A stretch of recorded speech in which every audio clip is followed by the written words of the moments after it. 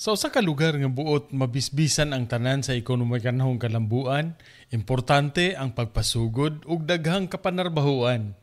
Kini kay ang tawo nga may trabaho may sweldo nga ikapamalit sa iyang panginahanglan.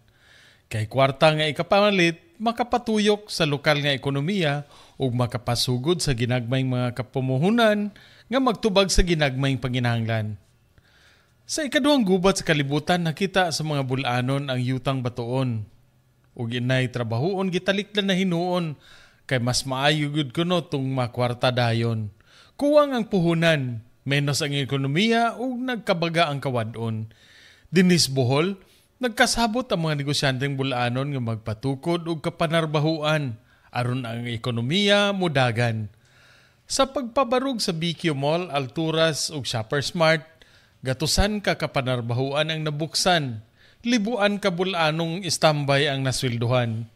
Apan bugti niining tanan, hangtod nga makabawi sila sa ilang pamuhunan, wala unay langyaw nga tindahan nga tugutan.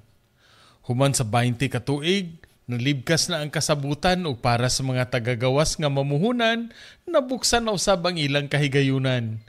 Gibuksan na sa pamalitay ang Pure Gold sa Ubay. Sa Tagbilaran, ang pagpabarug sa SM Supermall, gisugdan. Ug sa Panglaw, ang Robinsons daan nang naglulantaw.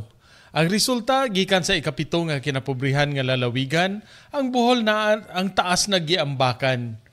Unta magpadayon pa ang kaugmaran, si kinsa man ang magunit sa pangagamhanan, kay kini alang sa bulanong kabulahanan.